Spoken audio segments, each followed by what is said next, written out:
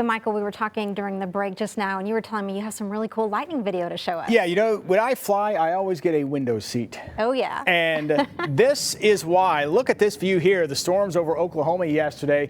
Wow, Ben Levine with this fantastic video. Highly electric thunderstorms. And again, the plane kind of flying around those storms. You can see just the continuous lightning here within those storms. And again, those were the severe storms that we were tracking yesterday. Lots of tornado warnings, unfortunately, lots of severe weather. And we're not done yet. As we wrap up this evening, we've still got severe storms tracking across southeastern portions of the state. The good news, our severe threat here locally looks like it's pretty much coming to an end for those of you here from Pittsburgh County into Latimer County. And that one severe storm that we did have here briefly in Seminole and Hughes County has pretty much fallen apart, but there's still a couple of cells here. This one maybe still producing some small hail. It's a very small storm with perhaps a little bit of hail out of this near Wetumpka, and we've got another small storm here tracking to the north of Okemah, but a lot of that will be winding down as we continue through the evening hours. These are the storms that earlier had the tornado warnings in Pittsburgh County and even parts of Pushmataha County. They continue to work their way south and eastward with mainly a damaging wind and some hail potential.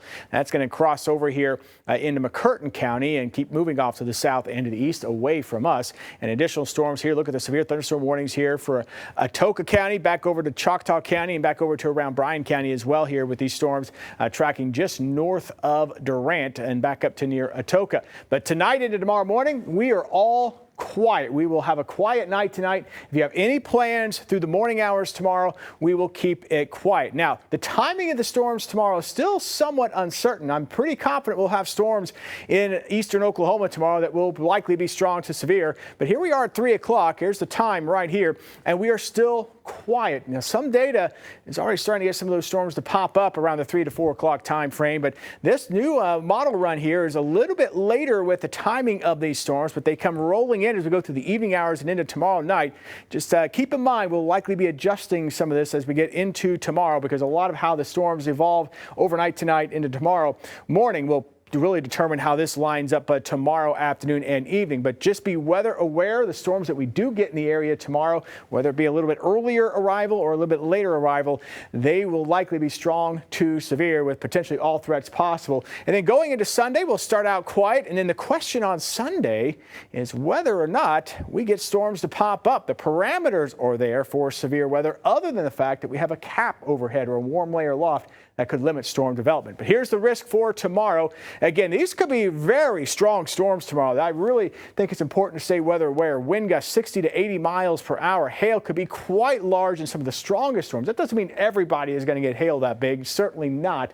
But some of the stronger storms that would happen to pop up across the region could produce some very large hail, as we saw in Latimer County with the image we showed earlier. And then that tornado threat still will be there as well. Storms will develop likely late afternoon into the evening, and they'll track their way to the east and to the southeast as we go through the evening hours. And then on Sunday, you'll notice we've actually trimmed back some of the higher potential, and that is mainly because of the uncertainty with how strong the cap may be. And again, the cap is a warm layer about a mile up.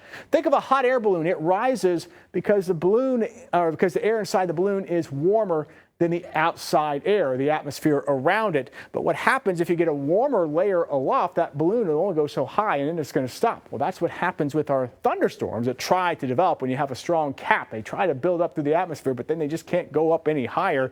So that cap could limit the development on Sunday. But if storms do make it through that cap and develop, they could be potentially severe with all threats possible. Here's what it looks like right now. Downtown Tulsa starting to clear out that sky even a bit more. Beautiful view here.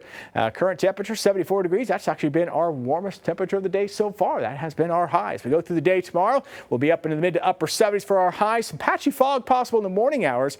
We'll watch that severe threat going up by late tomorrow afternoon, probably more so tomorrow evening. Highs in the afternoon, pretty much looking at mid to upper 70s, maybe some lower 80s a little farther to the south. And there's that Sunday chance. Again, a chance of storms as we go into the afternoon, highly dependent on whether or not that cap will hold. And then we'll see opportunities for those temperatures to cool off a little bit as we head toward the middle of next week. So wouldn't mind a little bit of a cool down as we go into the middle of next week. Might have some rain chances in there. Well, it doesn't look like it would be anything severe right now, but we could have some rain chances to dodge as well through the middle of next week. I know you guys are ready for a little break. Break would be nice. We still have to get through the weekend. Yes. All right, Michael, thank you so much. Well, here at 2 News, we're always listening, and we would